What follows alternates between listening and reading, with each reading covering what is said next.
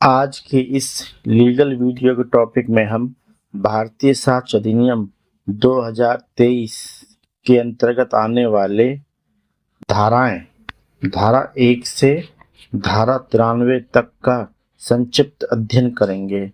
तो चलिए शुरू करते हैं। भारतीय साक्ष्य अधिनियम 2023 तारीख 11 अगस्त 2023 को भारतीय साक्ष्य विधेयक 2023 लोकसभा में पुरस्थापित किया गया था। समिति ने विचार विमर्श करने के पश्चात तारीख 10 नवंबर 2023 को प्रस्तुत अपनी रिपोर्ट में अपनी सिफारिशें की थीं। समिति द्वारा की गई सिफारिशों पर सरकार द्वारा विचार किया गया। राष्ट्रपति द्वारा 25 दिसंबर 2023 को स्वीकृत तथा 25 दिसंबर 2023 को भारत का राजपत्र भाग 2 खंड 1 में प्रकाशित। दिनांक 1/7/2024 से प्रवर्त अर्थात लागू हुआ माना जाएगा।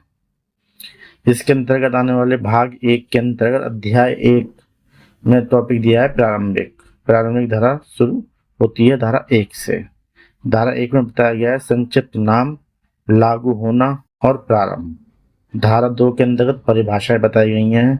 धारा 2A में न्यायालय शब्द को परिभाषित किया गया है। धारा 2B में निश्चायक सबूत के बारे में बताया गया है। धारा 2C में नासाबित को बताया गया है। धारा 2D में दस्तावेज के बारे में बताया गया है। धारा 2E में साक्ष्य शब्द के बारे में बताया गया है। धारा 2F में तथ्य शब्द के बारे में बताया गया है। धारा 2G में विवादक तथ्य के बारे में बताया गया है। धारा 2H में उपधारणा कर सकेगा के बारे में बताया गया है। धारा 2I में साबित नहीं हुआ के बारे में बताया गया है।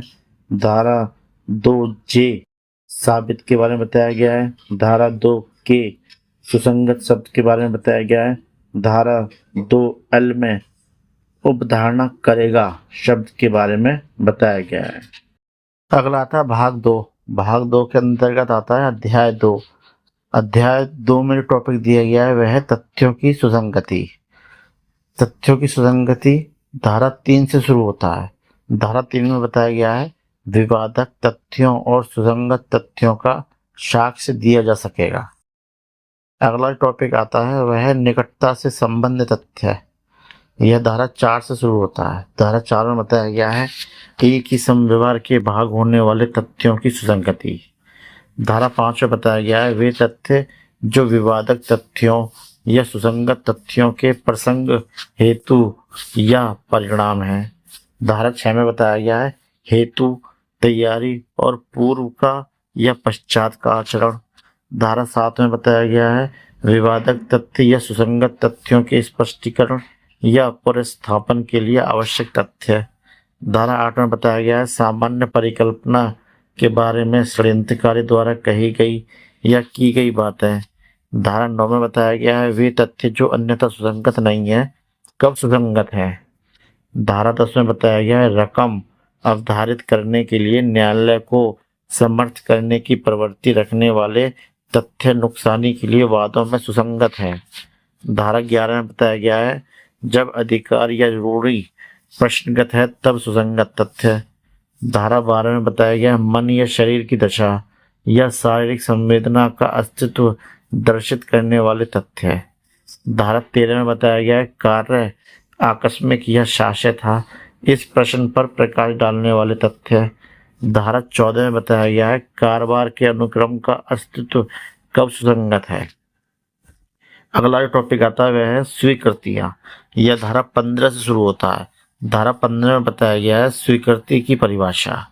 धारा 16 में बताया गया है कार्यवाही के पक्षकार या उसके अभिकर्ता द्वारा स्वीकृति। धारा 17 में बताया गया है उन व्यक्तियों द्वारा स्वीकृतियां जिनकी स्थिति वाद के पक्षकारों के विरुद्ध साबित की जानी चाहिए। धारा 18 में बताया गया है वाद के पक्षकार द्वारा अभिव्यक्त रूप से निर्दिष्ट व्यक्तियों द्वारा स्वीकृतियां। धारा 19 स्वीकृति का उन्हें करने वाले व्यक्तियों के विरुद्ध और उनके द्वारा या उनकी ओर से साबित किया जाना।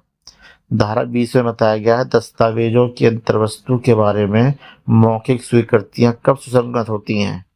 धारा 21 में बताया गया है सिविल मामलों में स्वीकृतियां कब सुसंगत होती हैं।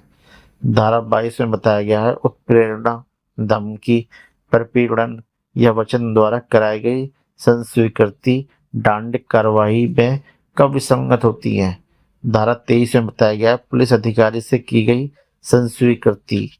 धारा 24 में बताया गया है साबित संस्वीकृति को उसे करने वाले व्यक्ति और एक ही अपराध के लिए संयुक्त रूप से विचारित अन्य को प्रभावित करती है, विचार पर लेना। धारा 25 में बताया गया स्वीकृतियां निश्चायक सबूत नहीं है किंतु विवद्ध कर सकेगी। इसके अंतर्गत जो अगला टॉपिक आता है वह है उन व्यक्तियों के कथन जिन्हें साक्षी के रूप में बुलाया नहीं जा सकता। यह धारा 26 से शुरू होता है। धारा 26 में बताया गया है वे दशाएं जिनमें उस व्यक्ति द्वारा सुसंगत तथ्य का किया जाना कथन सुसंगत है जो मर गया है या मिल नहीं सकता आदि। धारा 27 में बताया गया है किसी साक्ष्य में कथित तथ्यों की सत्यता को पश्चातवर्ती कार्रवाई में साबित करने के लिए उस साक्ष्य की सुसंगति। अगला टॉपिक है वह है विशेष परिस्थितियों में किए गए कथन। यह धारा 28 से शुरू होता है। धारा 28 में बताया गया है लेखा पुस्तकों की प्रविष्टियां कब सुसंगत हैं। धारा 29 में बताया गया है कर्तव्य पालन में की गई लोक अभिलेख या इलेक्ट्रॉनिक अभिलेख की प्रविष्टि की सुसंगति। धारा 30 में बताया गया है मानचित्रों, चार्टों और रेखांकों के कथनों की सुसंगति। धारा 31 में बताया गया है कतिपय अधिनियमों या अधिसूचनाओं में अंतर्विष्ट लोक प्रकृति के तथ्य के बारे में कथन की सुसंगति। धारा 32 में बताया गया है विधि की पुस्तकों में अंतर्विष्ट किसी विधि के कथनों की सुसंगति जिसके अंतर्गत इलेक्ट्रॉनिक या डिजिटल प्रारूप भी है। अगला टॉपिक आता है किसी कथन में से कितना साबित किया जाएगा। यह धारा 33 से शुरू होता है। धारा 33 में बताया गया है जब कथन किसी बातचीत, दस्तावेज, इलेक्ट्रॉनिक अभिलेख, पुस्तक या पत्रों या कागज पत्रों की आवली का भाग है तब क्या साक्ष्य दिया जाए। अगला टॉपिक आता है न्यायालयों के निर्णय कब सुसंगत हैं। यह धारा 34 से शुरू होता है।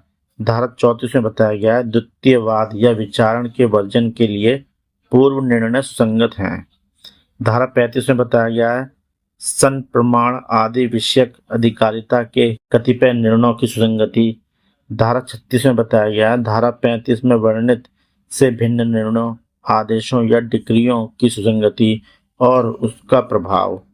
धारा 37 में बताया गया है धारा 34, धारा 35 और धारा 36 में वर्णित से भिन्न निर्णय आदि कब सुसंगत हैं।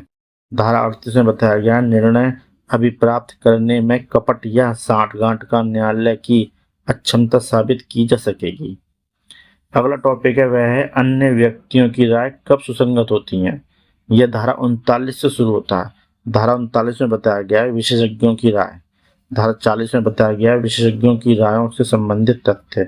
धारा 41 में बताया गया है हस्तलेख और हस्ताक्षर के बारे में राय कब सुसंगत है।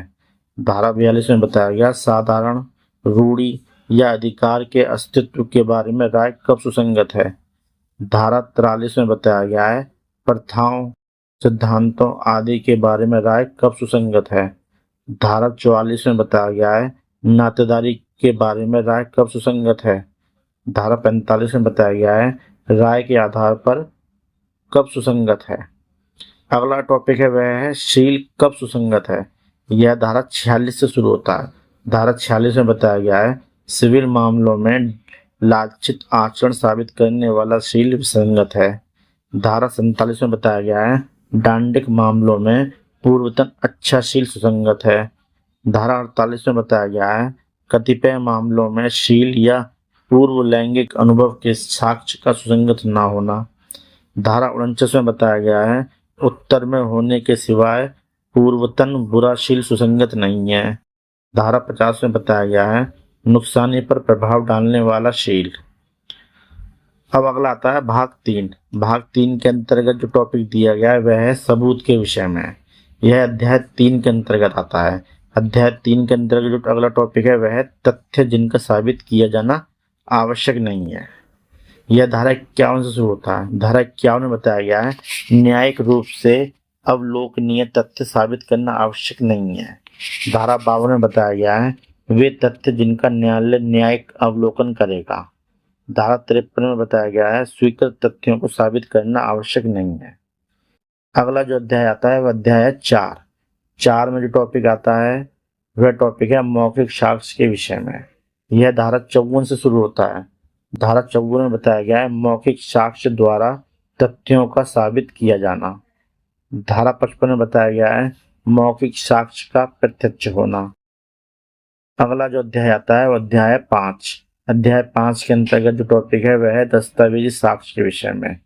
यह धारा 56 से शुरू होता है। धारा 56 में बताया गया है दस्तावेजों की अंतर्वस्तु का सबूत। धारा 57 में बताया गया है प्राथमिक साक्ष्य। धारा 58 में बताया गया है द्वितीय साक्ष्य। धारा 59 में बताया गया है प्राथमिक साक्ष्य द्वारा दस्तावेजों का साबित किया जाना। धारा 60 में बताया गया है वे दशाएं जिनमें दस्तावेजों के संबंध में द्वितीय साक्ष्य दिया जा सकेगा। धारा 61 में बताया गया है इलेक्ट्रॉनिक या डिजिटल अभिलेख। धारा 62 में बताया गया है इलेक्ट्रॉनिक अभिलेख से संबंधित साक्ष्य के बारे में विशेष उपबंध। धारा 63 में बताया गया है इलेक्ट्रॉनिक अभिलेखों की ग्राह्यता।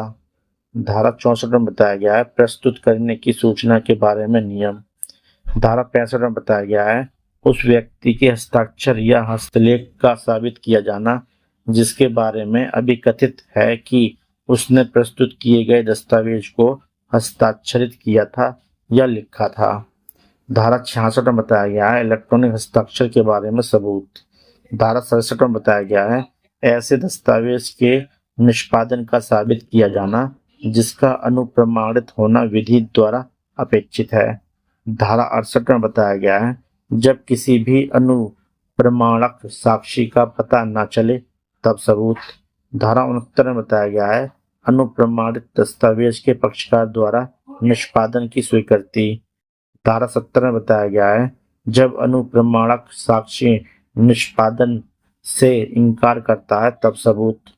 धारा 71 में बताया गया है उस दस्तावेज का साबित किया जाना जिसका अनुप्रमाणित होना विधि द्वारा अपेक्षित नहीं है। धारा 72 में बताया गया है हस्ताक्षर, लेख या मुद्रा की तुलना अन्य से करना जो स्वीकृत या साबित है। धारा 73 में बताया गया है डिजिटल हस्ताक्षर के सत्यापन के बारे में सबूत।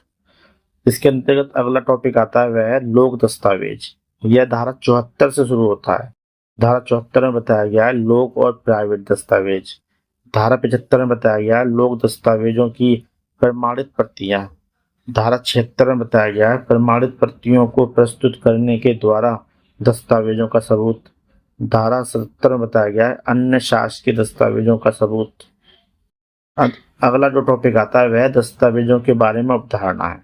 यह धारा 78 से शुरू होता है। धारा 78 में बताया गया है प्रमाणित प्रतियों के असली होने के बारे में उपधारणा। धारा 79 में बताया गया है साक्ष्य आदि के अभिलेख के रूप में प्रस्तुत दस्तावेजों के बारे में उपधारणा। धारा 80 में बताया गया है राजपत्रों, समाचार पत्रों और अन्य दस्तावेजों के बारे में उपधारणा। धारा 81 में बताया गया है इलेक्ट्रॉनिक या डिजिटल अभिलेख में राजपत्रों के बारे में उपधारणा। धारा 82 में बताया गया है सरकार के प्राधिकार द्वारा बनाए गए मानचित्रों या रेखांकों के बारे में अवधारणा। धारा 83 में बताया गया है विधियों के संग्रह और विनिश्चयों की रिपोर्टों के बारे में अवधारणा। धारा 84 में बताया गया है मुख्तार नामों के बारे में अवधारणा। धारा 85 में बताया गया है इलेक्ट्रॉनिक करारों के बारे में अवधारणा। धारा 86 में बताया गया है इलेक्ट्रॉनिक अभिलेखों और इलेक्ट्रॉनिक हस्ताक्षरों के बारे में अवधारणा। धारा 87 में बताया गया है इलेक्ट्रॉनिक हस्ताक्षर प्रमाण पत्रों के बारे में अवधारणा। धारा 88 में बताया गया है विदेशी न्यायिक अभिलेखों की प्रमाणित प्रतियों के बारे में अवधारणा। धारा 89 में बताया गया है पुस्तकों, मानचित्रों और चार्टों के बारे में अवधारणा। धारा 90 में बताया गया है इलेक्ट्रॉनिक संदेशों के बारे में अवधारणा। धारा 91 में बताया गया है प्रस्तुत नहीं किए गए दस्तावेजों के सम्यक निष्पादन आदि के बारे में अवधारणा। धारा 92 में बताया गया है 30 वर्ष पुराने दस्तावेजों के बारे में अवधारणा। धारा 93 में बताया गया है 5 वर्ष पुराने इलेक्ट्रॉनिक अभिलेखों के बारे में अवधारणा। दोस्तों, उम्मीद करता हूँ ये टॉपिक आपको पसंद आया होगा। आपकी सहायता एवं सहूलियत के लिए इस टॉपिक का PDF लिंक वीडियो के नीचे डिस्क्रिप्शन में है। आप चाहे तो वहाँ से PDF फाइल डाउनलोड कर सकते हैं। साथियों, अगर वीडियो पसंद आया तो लाइक और सब्सक्राइब कीजिए।